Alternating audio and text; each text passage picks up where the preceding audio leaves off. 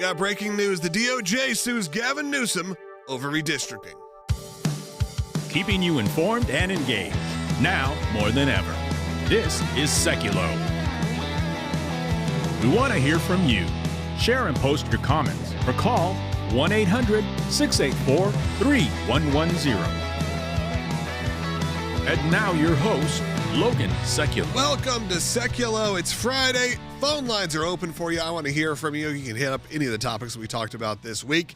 Again, phone lines are open at 1-800-684-3110 as we come to a close on Grandparents' Week here during our Freedom Drive. It's been a massive, successful week as we're not only celebrating grandparents, but also paying tribute to our grandparents. It's been a great week for support of the ACLJ, and you can still do it today and have your gifts doubled and celebrate your grandparents in your life, or maybe you're a grandparent, you want to set up the future of your country, and of course for your kids, grandkids, even some of you great-grandkids. So I encourage you right now to do that by giving, if you can, a donation at aclj.org. And like I said, another ACLJ member or champion is ready to unlock a pledge and double your donation. It's really a great time to do it during this Freedom Drive. And of course, what we've said is you can also opt in and become an ACLJ champion, someone that gives on a monthly basis. And this month or this week, we're calling you a grand champion because, of course, we are celebrating our grandparents. So do that today if you can. But Will, we do have some breaking news. I just want to make sure people had time to get over here. And that is that the Department of Justice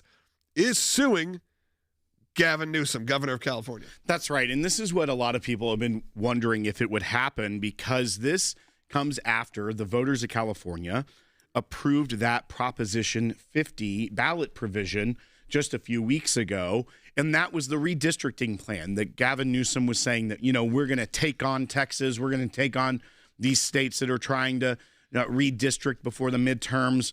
And so they actually went to extraordinary lengths to put a ballot provision forward, which would give an exception to the way that California does their congressional districts. Instead of their independent council, which they had enshrined into law in California years ago, this would be a one-off where it goes back to the independent council after they're able to combat Trump in this election and redoes the districts. Now, the Republican Party of California had already sued. The DOJ has filed a complaint citing federal statutes that they will now be fighting in court that says we want to join this lawsuit of the Republican Party, but here is our own complaint. So they want to be a party to this lawsuit, not just an amicus brief or something like that.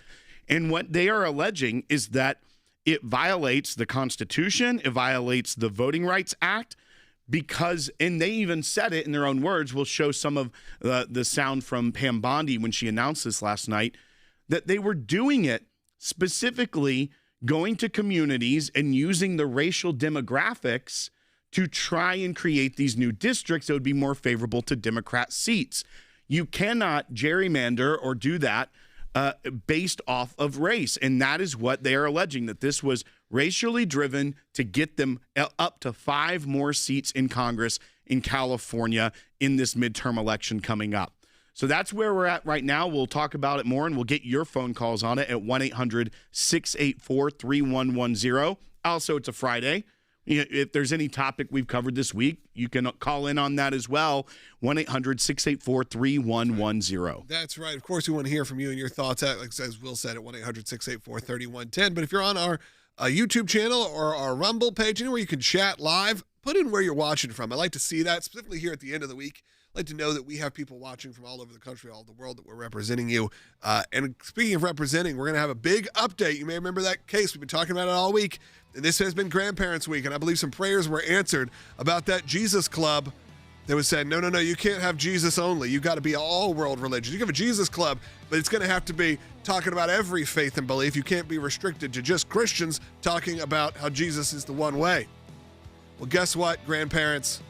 You all spoke out loudly with your prayers and your support, and we're going to have an update on that coming very soon in the next few segments. You're not going to want to miss that. 1-800-684-3110. You can probably tell by the tone of my voice and the smirk on my face, it's good news.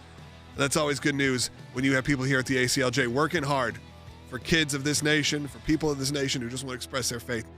So I encourage you today, make a donation, have it doubled. Let's do it. Let's end Grandparents' Week strong and continue on our Freedom Drive.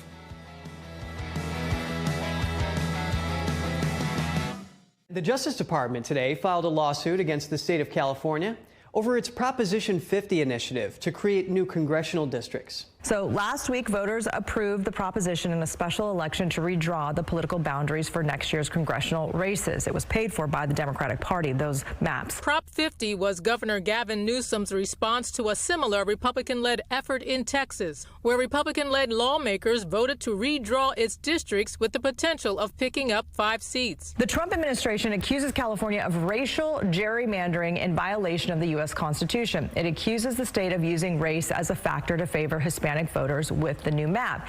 It asked the judge to prohibit California from using the new map in any future elections. Attorney General Pam Bondi said in a statement to the Associated Press, quote, California's redistricting scheme is a brazen power grab that tramples on civil rights and mocks the democratic process. Now, in order to win this case, Republicans and the Justice Department would have to prove that the maps violate the 14th and the 15th Amendments and unlawfully gerrymander voters on the basis of race. All right, here with more U.S. Attorney General Pam Bondi.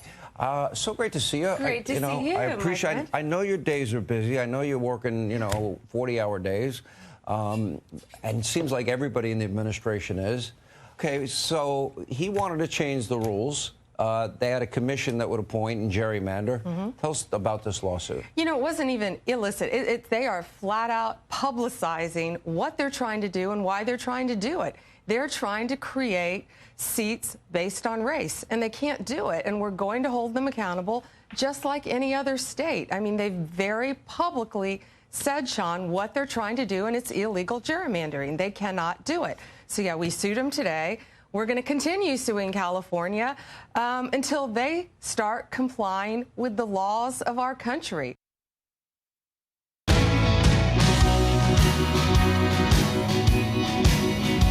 Welcome back to Sekulow. Like I said, phone lines are open for you. Nobody called me during the breaks, Will. 1-800-684-3110. I guess I got no question. I wasn't as compelling enough. When you say call me, you say it with conviction. Call me. Right. And I'll tell them there's 6 lines open. So this is the perfect time to call in. It's the perfect time if you got something to say. Say it nicely. Say it without profanity so you can make it actually on the air. Be kind to our phone screeners. Sometimes you call in and you're not. You won't make it. They get the look. They're the decision makers in there, the phone screeners. So be nice to them when you call in at 1-800-684-3110. Of course, for those who are just joining us right now, you may have seen the headline on our YouTube channel saying, breaking news, the DOJ files lawsuit against Gavin Newsom. Of course, the ACLJ, you may remember, also taking Gavin Newsom to court. So you know what? He's going to be spending a lot of time in court soon. But the Department of Justice will saying you can't do the redistricting like they want. Of course, you have Pam Bondi making these statements going on. Even Sean Hannity last night discussing this at length. That's right. So what the DOJ is arguing here is that the plan that they put in through Prop 50 mandates racially gerrymandered congressional districts in violation of the Equal Protection Clause of the 14th Amendment to the Constitution, as well as some Voting Rights Act issues as well. So they are saying that this plan in this redistricting map cannot be used in 2026 and beyond. They're seeking an injunction early as well, but they're going to have to fight this in court as it goes forward. Now, I think you should hear from Pam Bondi because this is Bite 9. She was on Sean Hannity's broadcast last night talking about this. They just filed this yesterday. It hasn't really made a ton of news yet, but this is what I know even our callers have been wondering. Can the federal government step in?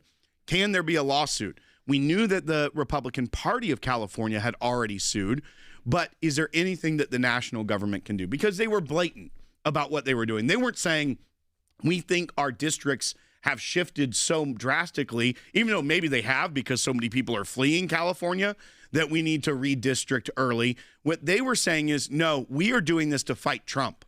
We are going to redraw our map so we can have more power to fight the president and Republicans. So hear what Pam Bondi had to say last night, the Attorney General, on Sean Hannity's show, Bite 9.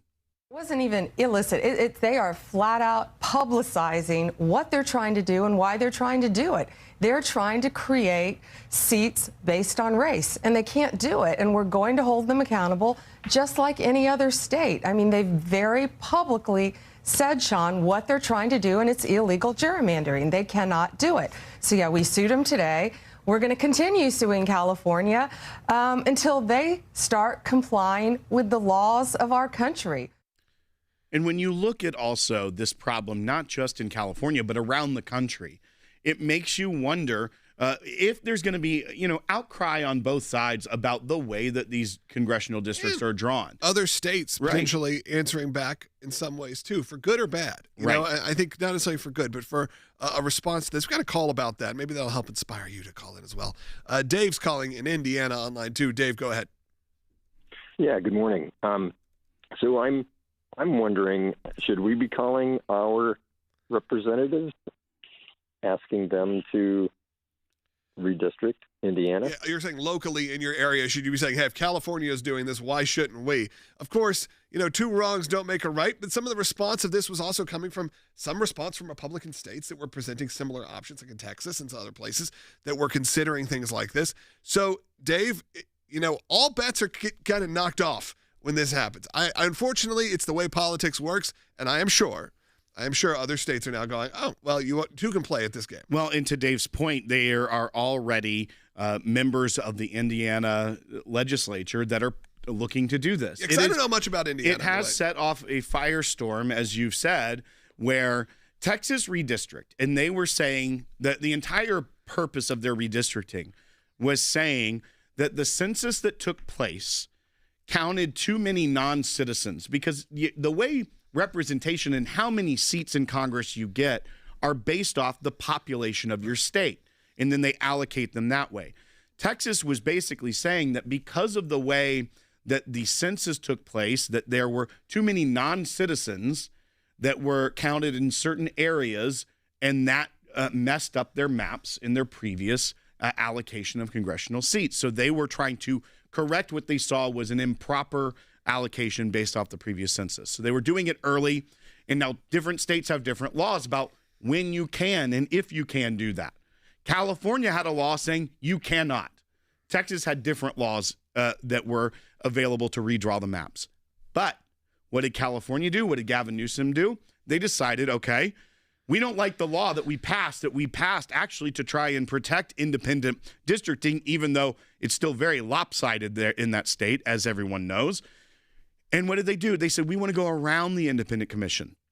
We want to do it our own way to combat Texas. Now, it has kind of set off a chain reaction of other states. Now, Indiana currently has a 7-2 Republican to Democrat map. So there is Democrat representation in what is a very red state. It's a very conservative state, the heartland. People don't think of Indiana as being their neighbor, Illinois, that is very blue. It's very blue, but has very red pockets. But also. what their new map would do is make it 9-0 Republican. So it has turned it from being supposed to be representative politicizing everything to everyone is going to be over gerrymandered into a way that is really your state is going to be controlled. To dig yourself out of that hole. Your state will be controlled by a political party. And do you really want that? That's a whole nother question. Give me a call, 1-800-684-3110. And we do want to talk about, of course, when you talk about Gavin Newsom, you also got to talk about the work of the ACLJ. And we are out there fighting against Gavin Newsom right now. That's right. It seems like Gavin Newsom is doing all sorts of fun things out in California right now, trying to correct messes or go further into messes as he continues. One thing that we are fighting directly is they are still trying to enforce. Yeah, this is wild, everyone. You got to hear this because, look, okay, it's not 2020 anymore. It's not 2021. It's not 2022. We are actually quickly approaching 2026. Like it or not, believe it or not, 6 years since 2020 when everything, the whole world got turned upside down with the COVID pandemic. But 6 years since the start, and you could easily say a good 4 years since really the end at this point, of like the major restrictions and the things that were going down happened. For California lasted about 1.5 years, 2 years that you had there. Of course, different states had different approaches. But they are still, Will, trying to collect on some debt.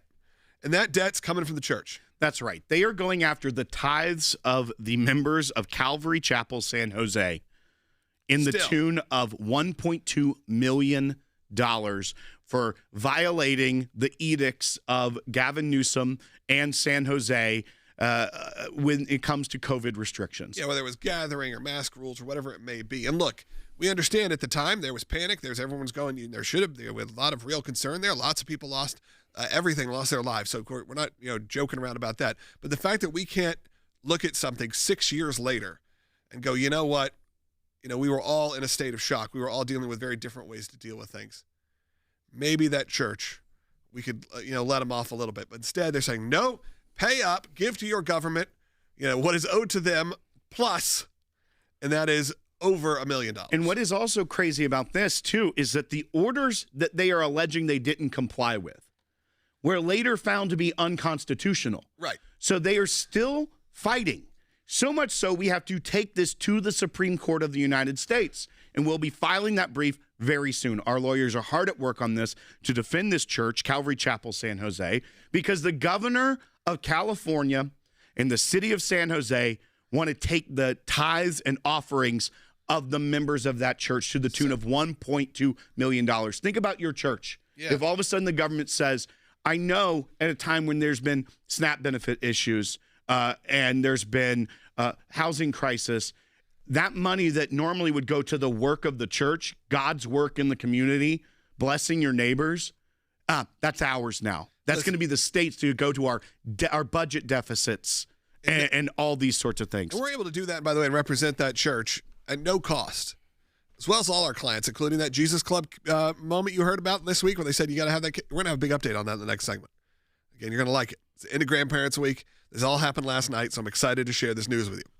But remember, none of that happens. No one gets representation, or a lot of them can't afford it, could never afford it, without organizations like us here at the ACLJ, who provide these legal help and lawyers, an incredible team. By the way, the best of the best young minds, best seasoned minds, people who've been around forever, and brand new graduates who are just coming out of law school, who we are recruiting all the time, including an incredible media team as well, who come from all over the spectrum in terms of media experience. It's really amazing, the team we've been able to put together here at the ACLJ. None of that happens without you. And as we wrap up this segment, I want to give you an opportunity to think about, pray about, and of course, if you feel moved to, support the work of the ACLJ financially. It is our Freedom Drive. Your gifts are doubled today. And as we wrap up Grandparents Week, as we not only celebrate our grandparents who are listening right now, the grandparents that want to impact future generations, like these students you're going to hear about in the next segment, or those who just want to do it in tribute to their grandparents, and of course, to the future. With that, make a donation today. Scan the QR code you see on the screen if you're watching. If you're listening, go to aclj.org or aclj.org/freedom. Make your donation today and have your donations doubled. It's really simple. We have somebody ready to match your gift. They're ready to unlock their pledge. Do it today. Give you a second. aclj.org.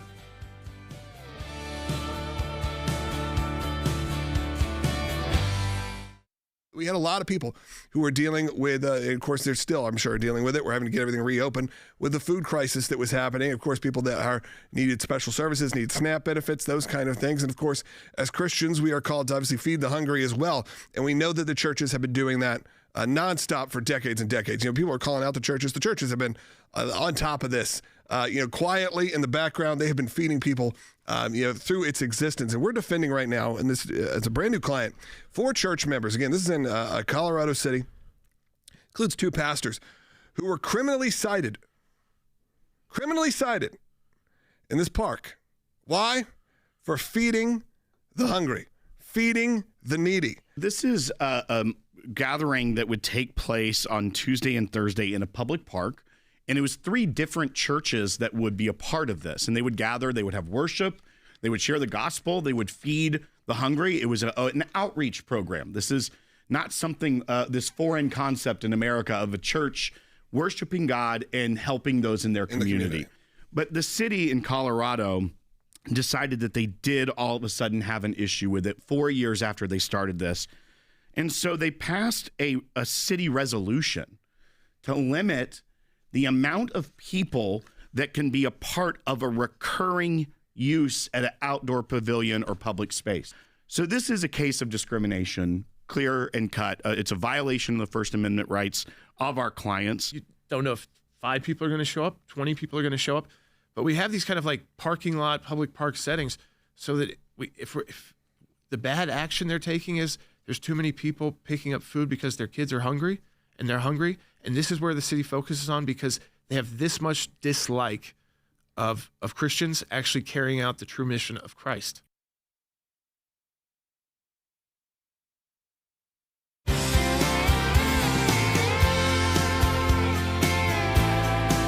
Welcome back to Sekulow. Phone lines are now completely jammed up. Thank you for calling. We're going to do our best to get to a lot of those today. I did want to give a minute here if you're a supporter of the ACLJ. Of course, this is the end of Grandparents' Week this week. Of course, we'll probably celebrate throughout the weekend online, but of course on air. This is our last day on air until next Monday.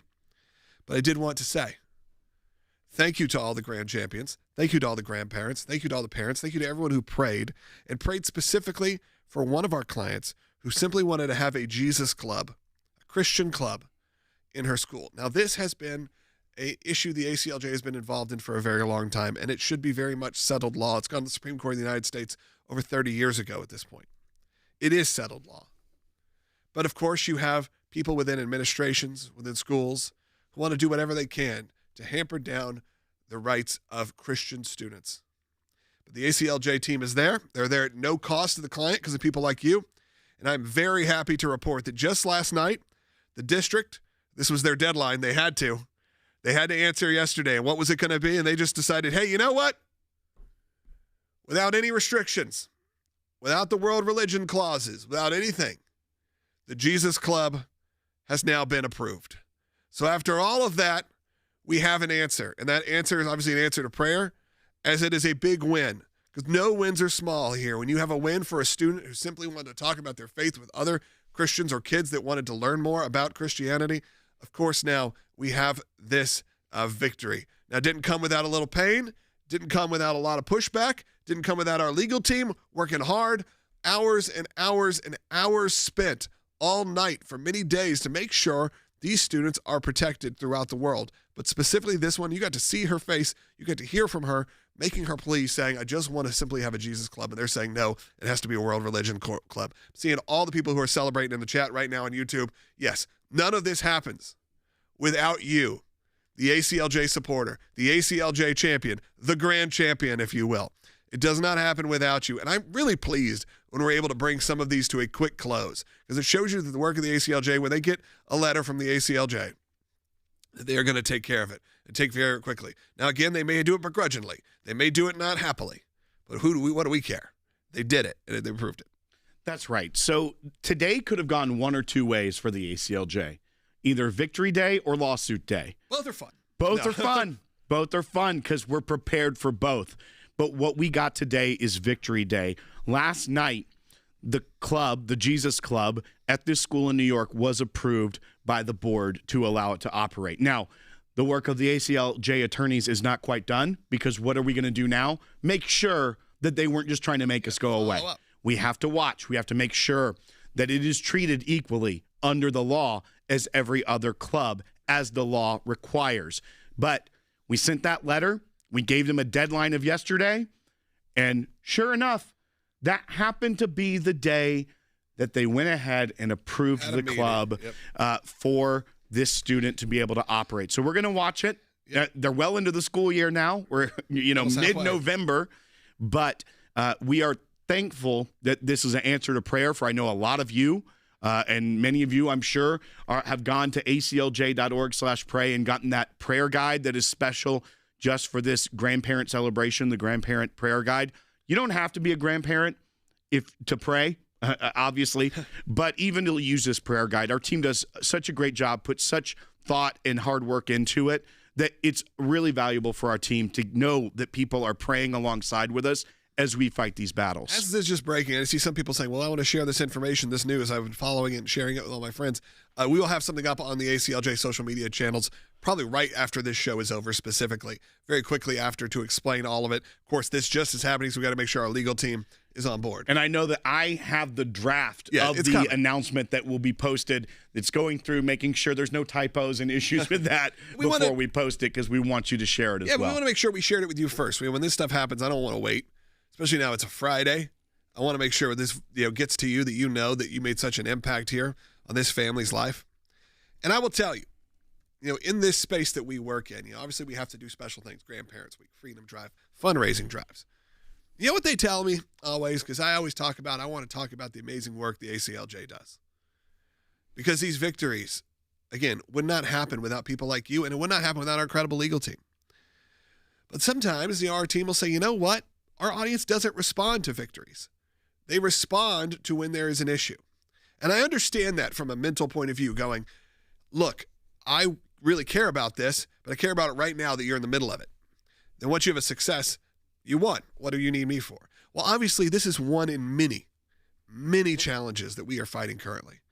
So I want you to take this victory as a moment to celebrate, but hopefully a moment to motivate you that your work and your support of the ACLJ doesn't go to nothing. It doesn't go unnoticed. We're not taking cases and you're not hearing about them. We are telling you right now, this was a win because we made an outcry to the media, through our show, through other outlets, and of course, we threatened to take him to court, and we were ready. But it didn't have to get there. And that is because we have incredible legal minds, incredible media teams. And we get these victories all the time. And I would love to share with you all the victories. So what I would encourage you to do, if you like the victories, if you like the fact that we are winning for you and for the church and for Christians all over the world, I want you to support when there are also times of victory. So right now, make your donation today. Have your gift doubled. I'm going to take some phone calls from people that give and already are supporting. And I'm going to kick it off with Deborah. Deborah is an ACLJ Grand Champion. That's right. Grandparent and a champion. Double down. I love it. Deborah in Florida, you're on the air. Hey, good afternoon. I am thrilled to speak to you. I've been a supporter for decades, and I am a grandparent now, and I didn't start as a grandparent. But I believe in what you're doing, and congratulations on all your successes. Thank you, Deborah. I just have a comment, and that is, I would love for President Trump to declare that we're going to have a nationwide census, a new one now, without any, involvement of people that should not be included in the census, so that the redistricting is absolutely accurate. I'm not sure when the next census is scheduled. It should be 2030. Yeah, okay. So it should be, we're halfway through. That's why this is a mid-decade redistrict. So, Deborah, I understand what you're saying. But honestly, the Labor and Statistics Bureau is probably already working on what that would look like. There's several presidencies that will have passed from the first one to the next one. So a lot will depend on the administration that's in place. But I don't know, and I'm not a census historian. Yeah, look, the census, so I can't say if anyone's ever called a special census. I've also seen other than maybe like King Herod in the Bible. But. Yeah, I remember that one. We're about to tell that story soon, I feel like. Yeah. But if you look at also, there's also a lot of controversy around censusing. Right. So then there's those issues, so people have that as well. So you know what, Deborah? I do think there are probably ways for this. If the idea is people shouldn't be voting or engaged in ways because they're not here legally, in theory, that should be happening already. Well, and that is the concern. How can you... The concern, though, of many census in the past have been, the question is not, are you an American citizen? It is, how many people are in your household? So you write down 5, you turn it in, and you don't know whether or not that. So then the representative is based off a population of. It opens up an interesting door, Deborah. And I appreciate you calling. Number one, I really appreciate becoming a champion and being a grand champion. I love also, you said you didn't even start necessarily even as a parent and supporter. That means you've been with us for a long time, probably at least 20 years, probably 25, 30 years. You went from not even a parent to a grand champion. It's the first half hour of the show. Wrap it up. We have a second half hour coming up. Some of you on local terrestrial radio don't get your second half hour. You should. Join us live each and every day, aclj.org. Do it right now, of course, on YouTube and Rumble Live and archived however you get your podcasts. We'll be back with the second half hour in less than a minute. Welcome to the all-new ACLJ app. Expert analysis and insight big tech can't censor. Customize your news and get real-time alerts on the issues you care about. Advocacy is now at your fingertips. Take action, make a difference. Support the causes you care about with just one tap. Be the first to know. Breaking news alerts sent straight to your inbox. Everything you need, all in one place. Stay informed, stay empowered. Download today. We are so excited to announce the ACLJ's brand new app, completely redesigned to provide you with the best tools available to partner with us at the ACLJ. You can watch the daily Sekulow program, sign the petitions, customize your ACLJ membership experience, donate with the click of a button, and receive up-to-the-minute critical updates. that the mainstream media can't censor. Just scan the QR code on your screen or go to your phone's app store, search ACLJ, and click install. It's that simple. Keeping you informed and engaged, now more than ever. This is Sekulow. And now your host, Logan Sekulow. Second half hour of Sekulow. Here we are. Of course, the breaking news of the day is the Department of Justice, Pam Bondi's Department of Justice, has filed a lawsuit, started to sue Gavin Newsom in the state of California over their redistricting. We got a lot of questions coming in about that. Let's make sure Peter is good to go. If he's good to go, I want to go ahead and take his call. I want to kick this off with a call. Hey, by the way, phone lines are completely open after Peter, so give me a call right now, 1-800-684-3110. I want to hear from you about this or any of the topics we've talked about this week or anything that's on your mind. If it's within a little bit within our scope, we'll do our best to get to it today. 1-800-684-3110. And we are going to be joined by Jeff Balaban, head of ACLJ Jerusalem, ACLJ in Israel. We have our office there. He's going to be joining us in the next segment to talk about, is he there now? Or He's back in New York currently. Okay, but he was over in Poland, so we're going to talk about that coming up in the next segment. But until then, I want to hear from you. And, of course, we're going to wrap up the show, always taking your calls and comments. Let's go to Peter in Virginia, who is an ACLJ champion, which I really appreciate. Peter, go ahead. I appreciate what you guys do. So, details between California and Texas. When Texas first talked about redistricting, my understanding is it was a fight about, the 14th, 15th Amendment, voters' right, all that, is you can't make zones according to race. So they said, and it used to be, so we're just going to break it up. Then California seemingly comes along and says, we're going to make it about race. Do I have that correct? Do you know the detail on what's the difference between the two? Yeah, Peter, I'm going to kick this over to Will Haynes because Will knows all about redistricting. Right. You know all the details. You get deep diving in the minutia of the maps. So the map that was drawn by Texas after the last census, and then adopted by their legislature was challenged in court by people saying we think that these districts are illegal based off of the provisions that you mentioned, Peter. And it actually had a trial that it was going to fight over these districts in May of this year. So it's been a court battle that's lasted for a while, as well as Harmeet Dillon, who is the Civil Rights Division of the Department of Justice lead. She sent a letter. She's Assistant Attorney General for Civil Rights to Texas saying there's 4 districts that the DOJ has concern may run afoul of the 14th Amendment as well as the Voting Rights Act because of race-based gerrymandering. So what did they do? They called for a mid-decade redistrict, and that's what the result is of this. Now, obviously, we know what happened with that. We know that the Democrats all fled the state. They tried to stop them from getting a quorum. Then they finally got it passed. California, Peter, it sounds like, according to the allegations by the DOJ, not only were they going to say, we're going to fight Texas by redistricting, but the methodology they used, indeed, is what so many people would criticize Texas for doing. They found districts and did it based off of racial voting blocks that would favor the Democrats, which is illegal. So that is what the DOJ is arguing. I have a feeling, especially with all these other states you're talking about, Maryland's talking about it, Indiana's talking about it, Florida has thrown it out there. You're going to see these cases be fast-tracked to the Supreme Court if they indeed all have these lawsuits. There's going to have to be some sort of figuring this out, but also the details may be so different, it could be a really messy legal fight ahead. Hey, we only got a minute left in this segment. Our next segment, we're going to head to ACLJ Jerusalem, head of the ACLJ Jerusalem, Jeff Balaban, who will be joining us. I want to know in the chat, if you're watching right now, of course you can call in.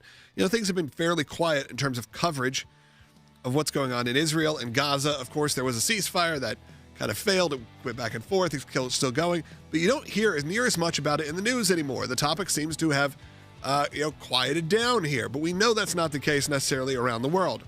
Where are you right now? Because, of course, what we hear a lot more is about Americans and American conservatives and their lack of support of Israel and the Jewish people. Where do you stand right now? I want to hear from you. Put it in the chat if you're brave enough. Put in the chat where you stand.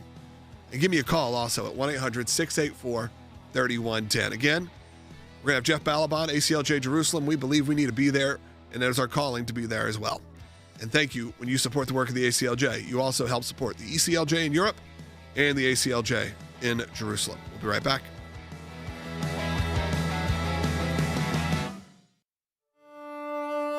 When you look at your grandchildren, their laughter, their curiosity, their innocence, you shouldn't have to worry about the kind of America they'll inherit.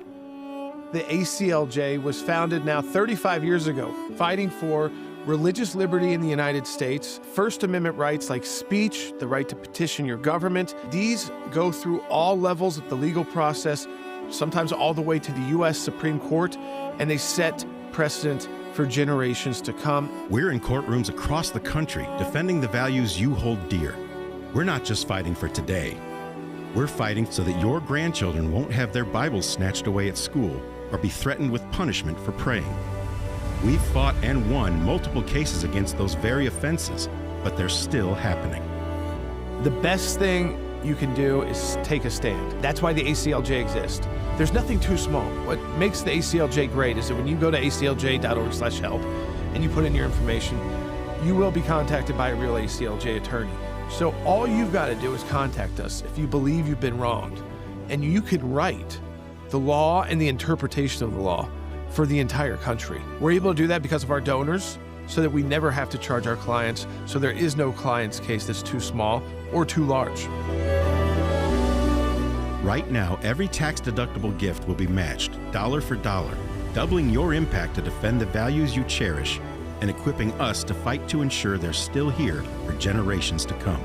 Help us protect what matters most, because a legacy isn't just something we leave behind, it's something we build today. Visit aclj.org/legacy and have your impact doubled today. That's aclj.org/legacy. We're not just fighting for today, we're fighting for generations to come.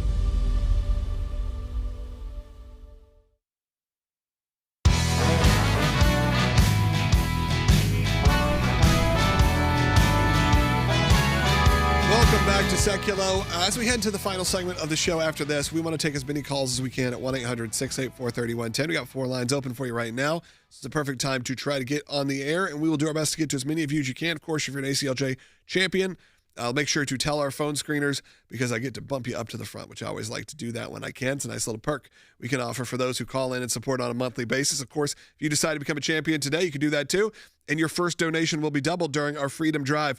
And as we are wrapping up Grandparents Week, as we celebrate not only our grandparents, if you're a grandparent who is a supporter, we celebrate you. And hopefully, if you're a grandparent, you are wanting to support the future of our country. And you do that by supporting the work of the ACLJ. Jeff Balabon's joining us from ACLJ Jerusalem. Jeff, I just did a little informal poll on our social media page just saying, hey, now that Israel is not really the number one story that's in the news, sadly, a lot of the anti-Semitic rhetoric coming from the right is what's in the news when it comes to talking about these topics.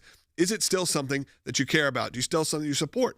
We know I'm always a little nervous. You're getting a little trepidatious when you start hearing some of these voices start talking negatively about the Jewish people, and then conversely about Israel as well. Well, what I can say is I'm very thankful to see the members of our chat are very brave, and they are stepping up and still speaking out in their support for Israel. I don't even see anyone on the other way saying it. Of course, I get some of those in my private messages, maybe more so than ever, unfortunately. But here we are. We still have people who are definitely willing to stand up and speak out. And I know you were just at an event all about that. Yeah, actually, I'm here in New York where I had some meetings at the UN. But before that, I was in Poland, gone there from Israel, where there's a group of Jews from around Europe and legislators from around Europe. Some were Jewish, most were not, but they represented Jewish constituencies. And some were just concerned because, European Jews, it's really still in living memory. They're still Holocaust survivors. They remember when their cultures, which were Western, Christian, modern, civilized cultures, it seemed like overnight they turned into this barbarism, and literally they put their Jews into gas chambers and ovens. And then those cultures themselves really never fully recovered. And so they're concerned. And what's fascinating is Jews in Israel have always been concerned about Jews in Europe. Jews in America have always been concerned about Jews in Europe and Israel. Now, Jews everywhere are concerned about Jews everywhere. Jews in Israel and in Europe are deeply concerned about American Jews because, American, and thank God for the support of ACLJ supporters. Thank God for the work ACLJ does, not just in terms of the political work and diplomatic work and legal work, but this work of bringing this information to so many Americans so that they understand. Listen, in Washington, D.C. itself, where God willing I'll be next week, and there are emergency meetings about this, what I notice is even people who are not bad people, they're good people, but they're distracted by other things, and they're getting sort of annoyed and frustrated that this is even an issue. But it is a real issue. It's absolutely a real issue, and it's one that I feel like we're seeing even more and more so in this country. And I'm glad to hear in some ways that there is that sort of universal support. Because look, for the Jewish people in America right now, especially if you're on social media on that, if you're willing to take the risk and say anything, my inbox will fill up if I have the most benign post.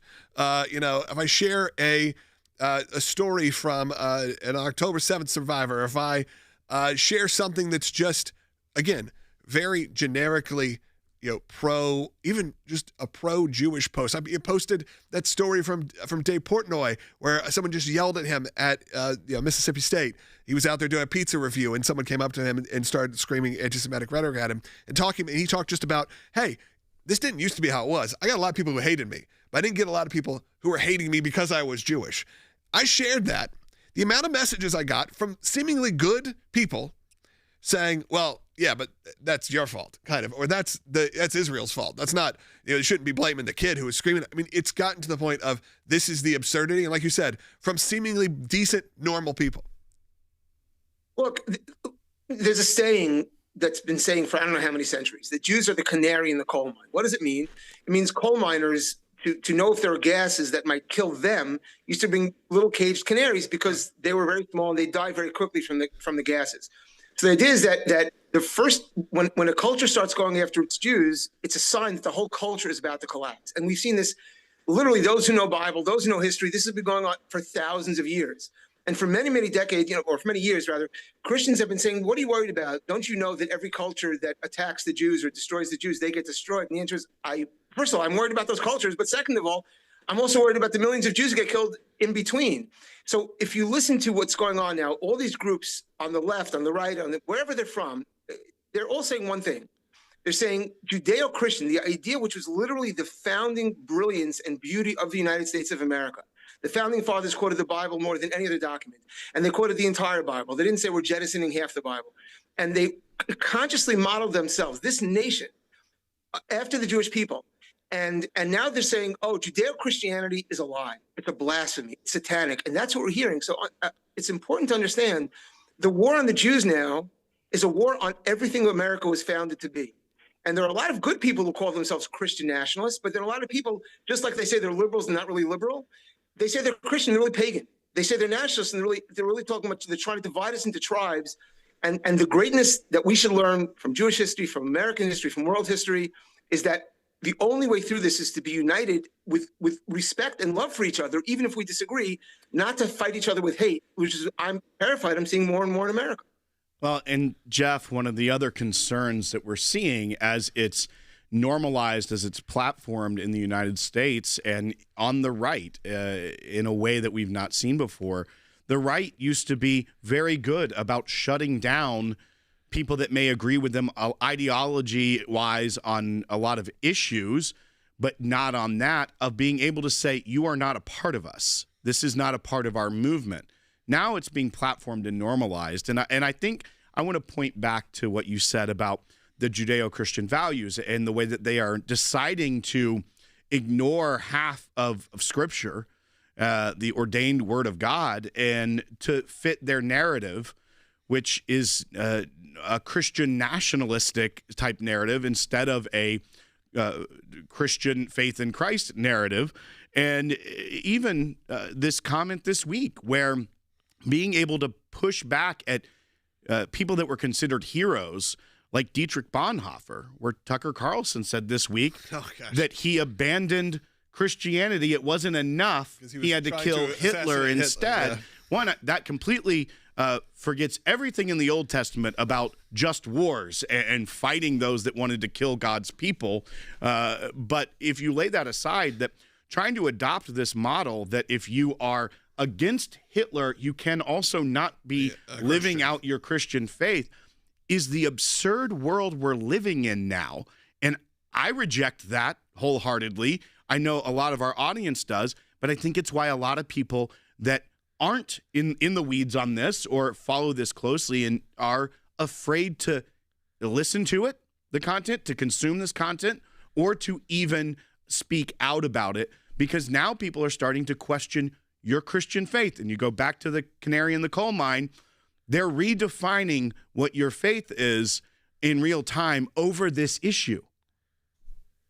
Listen, America is the most blessed, really the most blessed nation ever created by humans coming together. I think it's because they modeled it after the Jewish people, which God, I'm not talking about the state of Israel, I'm talking about the Jewish people for thousands of years, which God said, Abraham, in our teaching, in the Jewish teaching is, I love that you're spreading the word of my existence through love. We don't believe he necessarily was the first monotheist, something he was, is that he taught about loving. If God is our father, and Jews believe this, and Christians believe this, and others believe this, if God is our father, here's what I know as a father. It's even less important how we treat God than how we treat our siblings, because parents want children to love each other. And America was that. America was about uniting. And we have to go back to that. And a positive message of love and unity is the only way to fight this, not anger, not hate, because what you're talking about, well, you're right.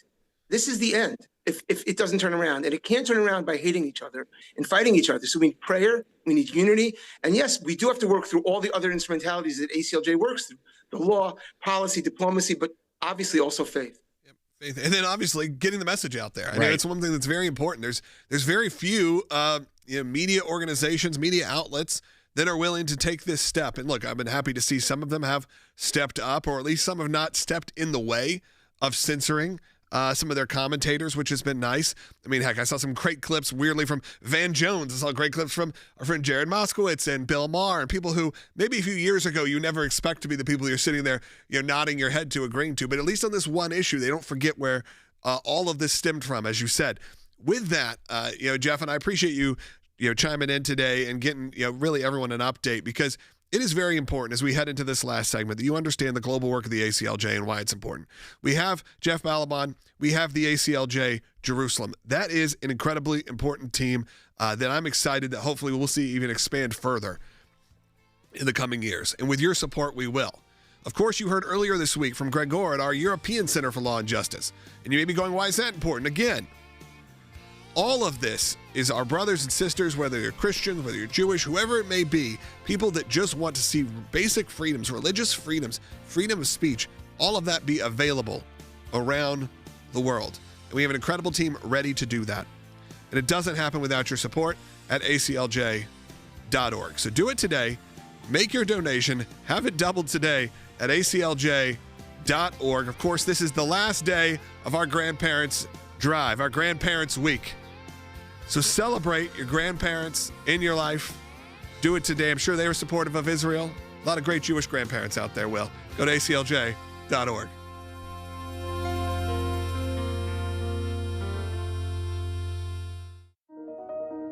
"35 on average Christians are killed a day in Nigeria by Islamic extremist groups." They are systematically killing the Christians in Nigeria. They've killed over 100,000 since 2009. They've burned 18,000 churches. They are literally attempting to wipe out the Christian population of an entire country. The ACLJ recently joined a new coalition partner, CPAC, the American Conservative Union. I think a lot of people know about the big CPAC events. And we talked about this issue of Christian persecution worldwide and putting together a coalition. The idea is to end Christian persecution worldwide. They need to know what is happening, the brutality, the tragic stories of so many martyrs. We are going to tell their story. I believe the Holy Spirit moved us in this direction for CPAC and also the great work that Jordan does at the ACLJ to make sure that this becomes a reality. The first meeting at the White House was about, kind of what's next on how the president and the executive branch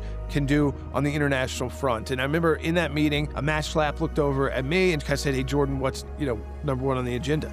And we said Nigeria put back on the CPC, countries of particular concern list. So by putting them on the list of countries of particular concern, that means they are now being watched very closely by various departments of the U.S. government. After that meeting, that was on a Wednesday. The next day, on that Friday, President Trump sent the message out that Nigeria would be added to the countries of particular concern list. And a few days later wrote that if Nigeria doesn't get it together, we're going to get it together for them and protect these Christians. This is what we do.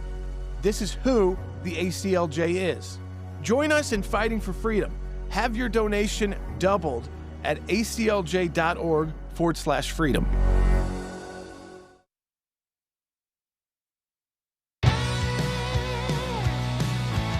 All right, last segment of the day. We do have 4 lines that have been opened up. 1-800-684-3110. You can call in right now to have your voice heard. If you ever wanted to be on the radio, this is the chance to do it. You know what? That's a safe thing to tell people.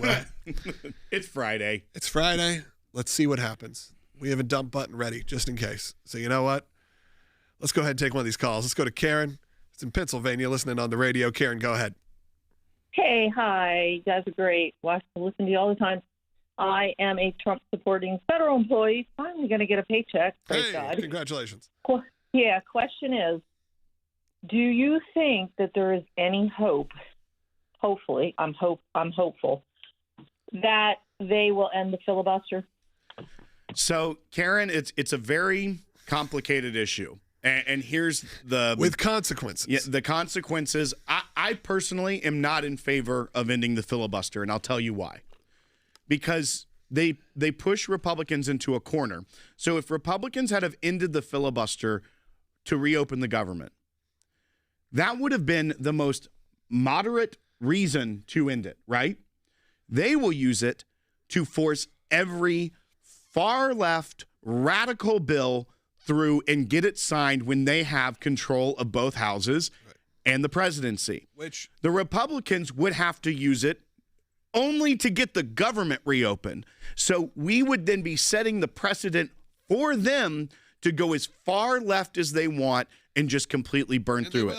And they will do it. So personally, I think of the consequences.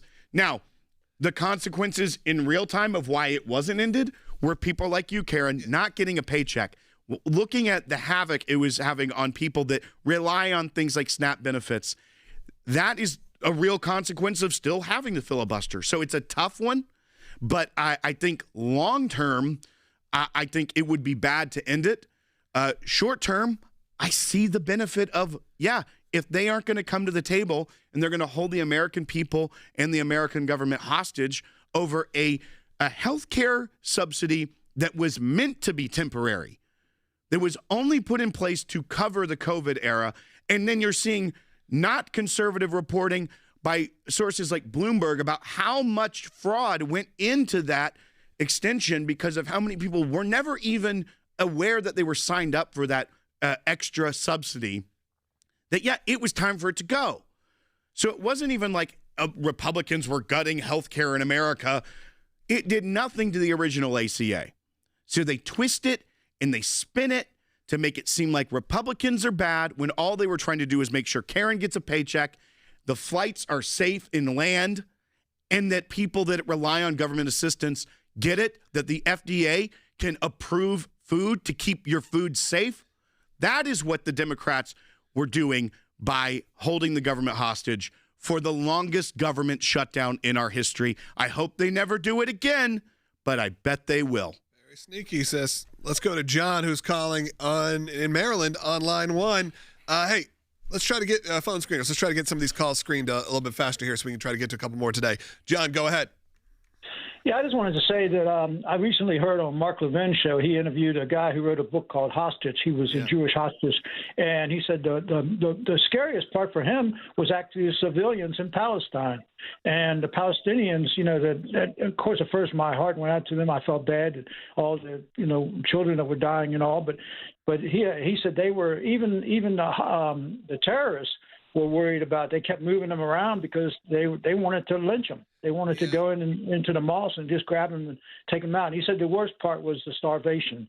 500 and some days he was held hostage. Yeah, John, of course, when you have indoctrination to an extreme extent, that's what happens. And sadly, a lot of Palestinian people who were not, who've been raised in the last 20 or 30 years, 40 years, maybe more so, have been raised not only to dislike their neighbors, but to wish them dead. And it's unfortunate, but it's just the truth. And you're right. The news may not want to cover that. They may not want to say that. And I hate that is actually the argument. Of course, your heart goes out to anyone who's suffering, including, of course, the children in Gaza and everything they have. And no one wanted to see that footage. No one wanted to see that kind of mass destruction. But I will tell you that it's not everyone, so I don't want to say blanketly. There's definitely Christians in those regions and all of that. But there is an undercurrent that is within the society in the Palestinian areas, which is to hate their neighbors and to see them dead. And it's just a sad reality. And it's something that in the Western world, it's kind of hard for us to get our head wrapped around because it's so un-American. It's so, it's not even European in its basis. It is a strictly kind of Middle Eastern issue. That's right. And also, not only Middle East, but he mentioned about, the mainstream media, the compassion for the hostages. Remember Christine Amanpour, when she said something to the effect of, well, the hostages are treated better than the normal Gazan citizens. Yeah. Like that was the mindset of the mainstream media. As well as you mentioned, the Americans can't really get our heads around it. There are children that are indoctrinated that when security forces, before the Israelis even left the first time and Hamas took over, they would go through towns patrolling, looking for terrorists with IEDs, suicide vests, etc. And 12-year-old children would jump out with an AK-47 and be shooting at them. Yeah. So it is something that we cannot understand as Americans, what goes on over there. And you can hate war without becoming an anti-Semite. And I think that is what is lost on Americans right now. You can hate the idea of war, but also understand that they are fighting for their very survival. You can also disagree with the decisions of the Netanyahu regime. There are ways to do that without also bringing in your hatred for a people group. Let's go to Brenda in New York on line 4. Brenda, you're on the air. Yes, hi. First of all, it's great what you're doing, and I pray for you all the time. Thank you so much. I just wanted to say that there's a video going around on YouTube. It's called Are the Jews the Chosen People? Mm-hmm. And it's very disturbing, and it's turning a lot of even Christians against the Jews. Brenda, I'm telling you, I'm only cutting you off because we only got 2 minutes left. It is what my inbox is filled with right now. And here's what I'll tell you. You can have a debate about the religious nature of the Jewish people and the Christian people and how we interact and who gets grafted in and how that all works. But I will tell you, it's pretty simple to understand that, that first half of that book, God spoke through a very specific group of people. Right. That's undeniable. So if you are to believe in the Bible, you can at least say, God chose a people to talk through, to get his message through. And to bring his Savior to the world. And to bring Savior to the world. And that is the Jewish people. So you know what? It is the most ridiculous thing ever. You can talk about what it looks like in a post-Jesus world and what that means theologically. Of course, we're going to probably have different things on that. But if you want to look from a historical standpoint, which is why I've said you got to visit Israel, you got to see this, you got to be there in person and feel it, because you don't really get it until you've walked in the land. Now, it's not an easy time, I understand, to do that. But I am hopeful and I am prayerful that one day we'll be able to take a whole other group of you guys with us and you'll be able to see it for yourselves. And I'm hoping that's sooner than later. And with that, look, unfortunately, Lori and James, I want to thank you for both calling. We're not going to be able to get to you today. Call me back next week and we'll do our best to get to you. But thank you so much for your support. I appreciate it. With that, we got 1 minute left. It is the last day on air for our Grandparents Week. Celebrate the grandparents in your life, whether they're still with us or whether they've gone on. Or if you're a grandparent, a future grandparent, a great-grandparent, you want to make sure your country is still here and still ready, and there's people who are there to support your beliefs and your values. And the ACLJ, we're not going anywhere. We've been here for 35 years. It's going to keep going strong as long as people like you keep supporting the work of the ACLJ. Grandparents are a big part of our organization's donations. We know that's when people really feel like they have the financial resources to do it. A lot of times it's when they're older, they're able to do it. We know that. So if you can, we want to celebrate you. Go to aclj.org. Thank you for the big wins that came out this week. Without your generosity, we can't take on those kind of cases. And we want to make sure we have many, many more victories in the future for you, your grandkids, and beyond.